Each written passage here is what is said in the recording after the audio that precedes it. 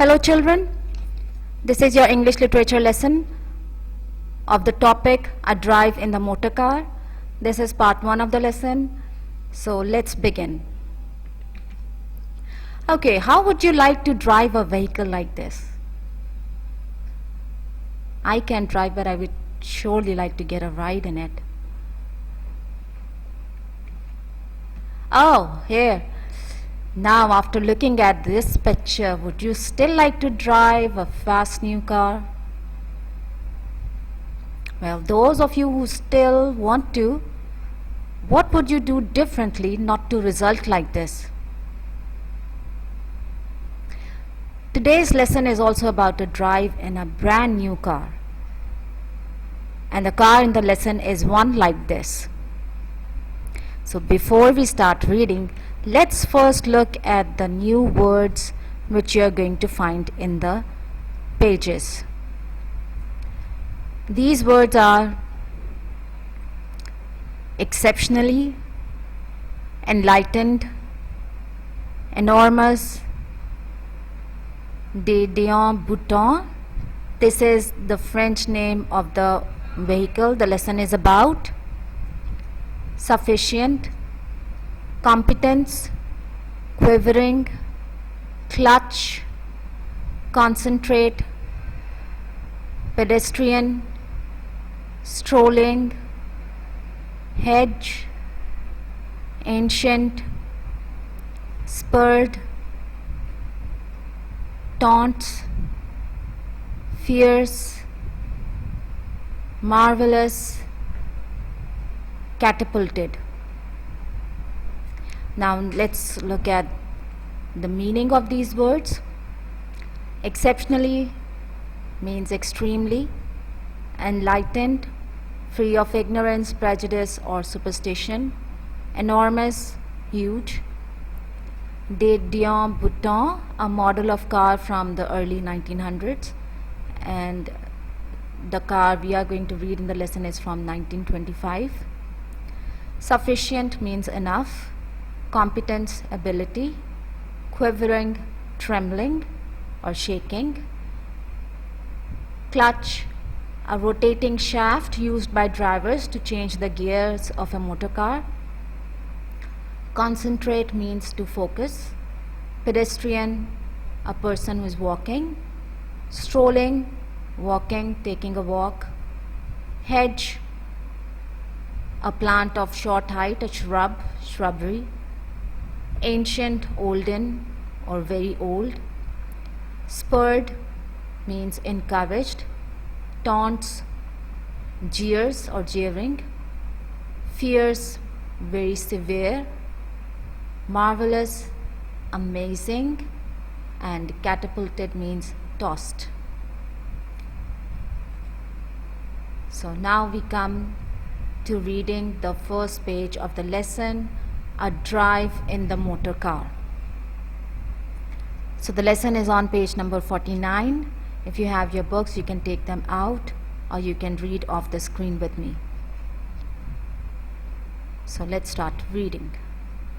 The weather was exceptionally mild that Christmas holiday, and one morning our whole family got ready to go for our first drive in the first motor car we had ever owned.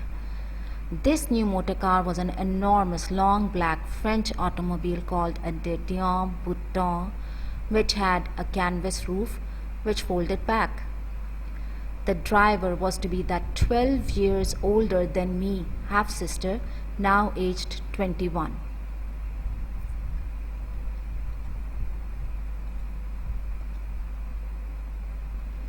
She had received 2 full half-hour lessons in driving from the man who delivered the car, and in that enlightened year of 1925, this was considered quite sufficient.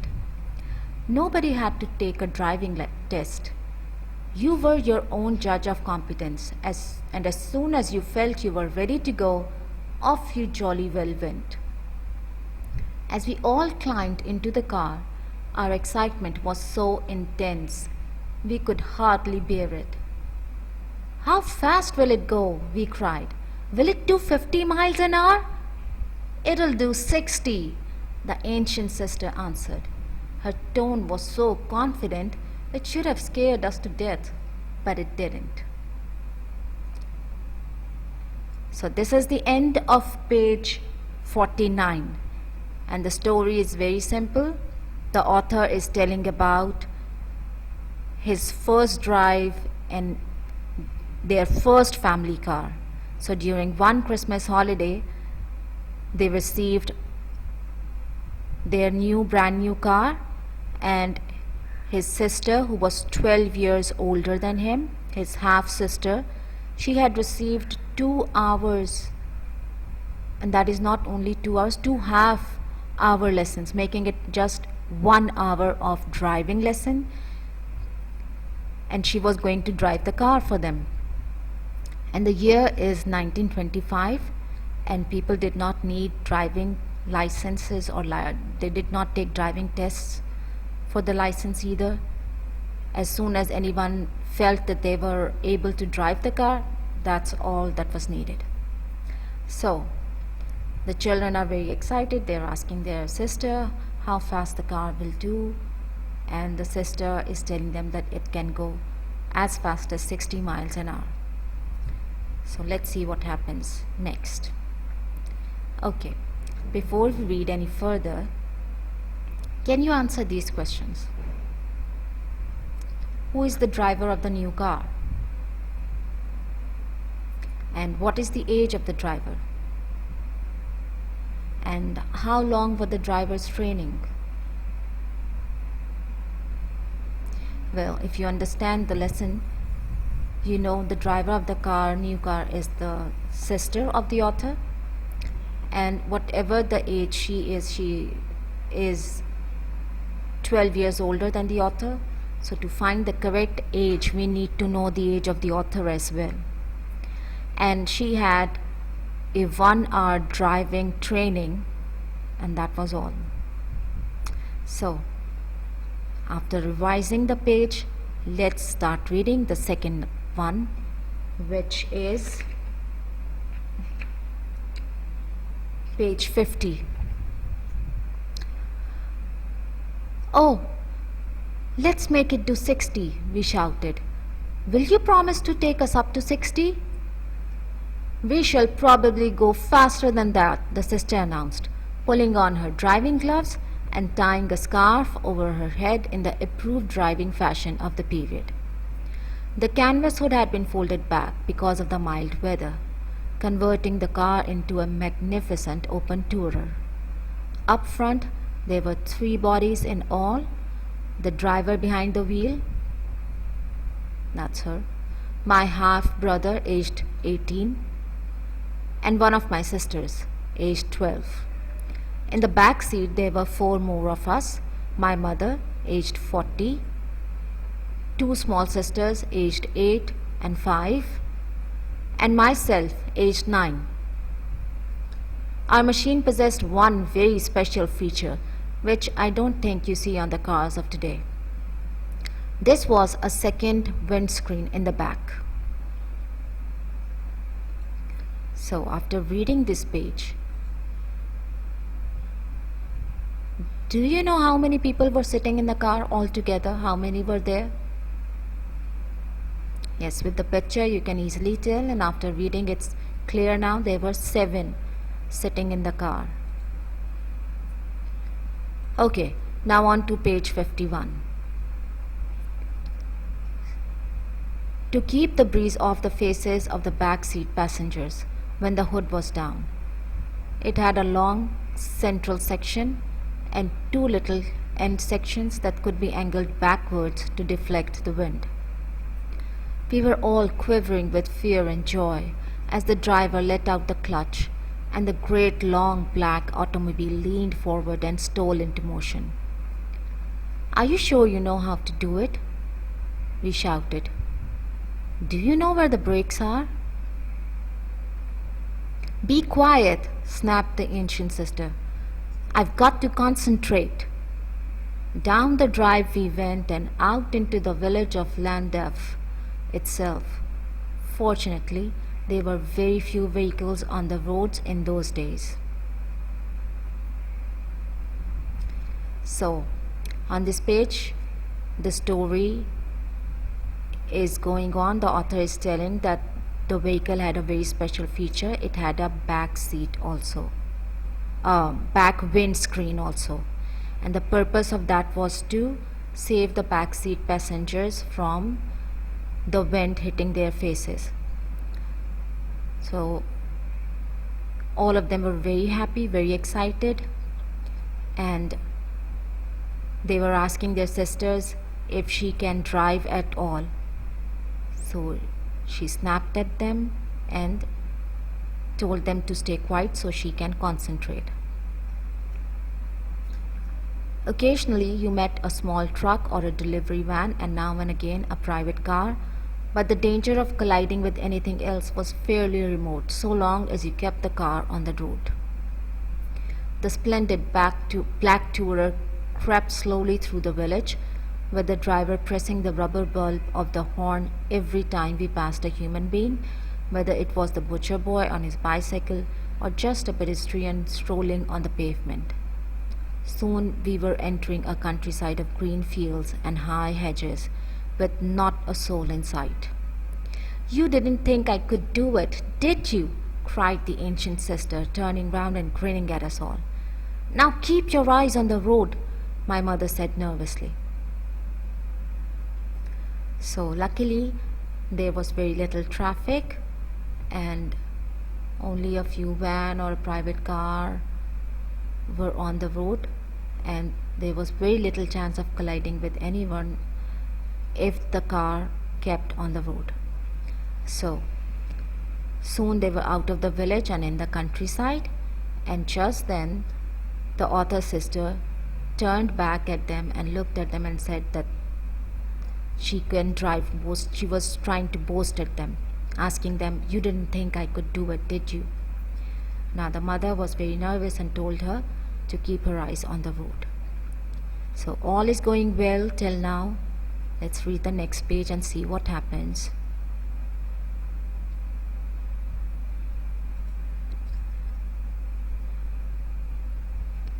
Okay, the next page is page number 52. So let's start. "Go faster," we shouted. "Go on, make her go faster. Put your foot down. We're only doing 15 miles an hour." Spurred on by our shouts and taunts, the ancient sister began to increase the speed. The engine roared and the body vibrated. The driver was clutching the steering wheel as though it was the hair of a drowning man. And we all watched the speedometer needle creeping up to 20, then 25, then 30. We were probably doing about 35 miles an hour when we came suddenly to a sharpish bend in the road. The ancient sister, never having been faced with a situation like this before, shouted, "Help!" and slammed on the brakes and swung the wheel wildly round. The rear wheels locked and we went into a fierce sideways skid, and then, with a marvelous crunch of mudguards and metal, we went crashing into the hedge. The front passengers all shot through the front windscreen, and the back passengers all shot through the back windscreen.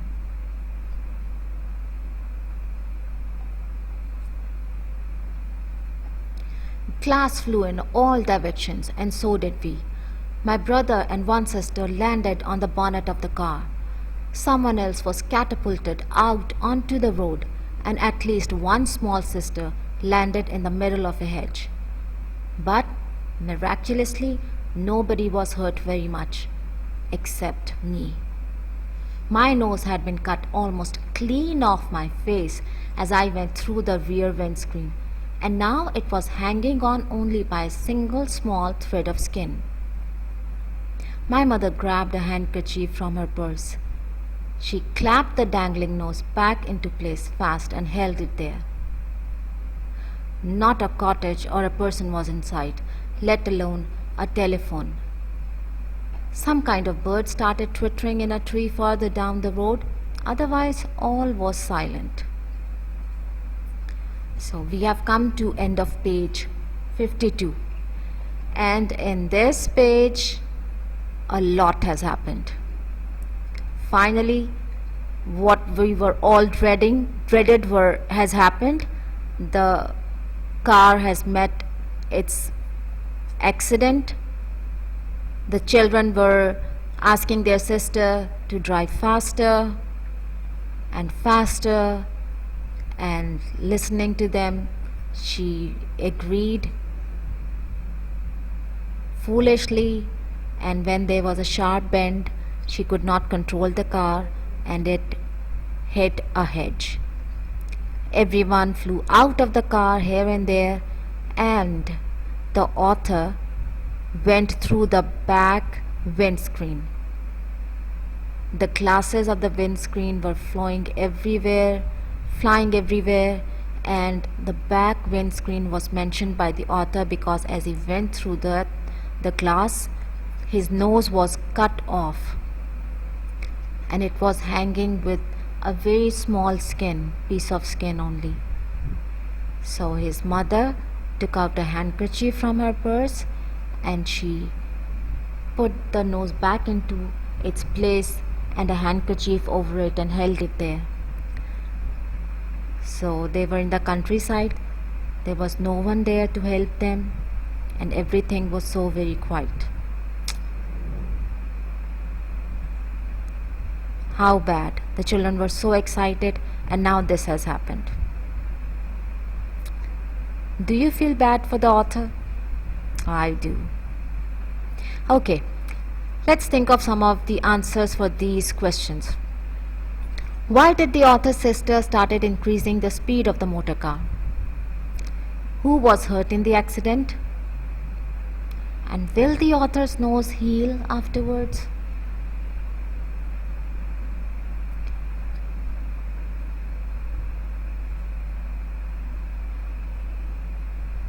Okay, the author's sister started increasing the speed of the motor car because the children were asking her to, and she felt challenged that they are asking me to drive faster. Can I drive faster? I have to prove to them. So this is why she did it. Now in the accident, the author was the only one who got hurt, and will his nose heal or not? I don't think it's possible. In 1925? Nah. I think he will have to live all his life without a nose now. Too bad. Okay, let's recap from the beginning of the lesson and let's see how much you remember. Okay, in the beginning of the story, why is everyone excited? Did people need a driving license in 1925? At what speed the driver was able to drive safely? What was the color of the car? And what did the author's mother do with his dangling nose?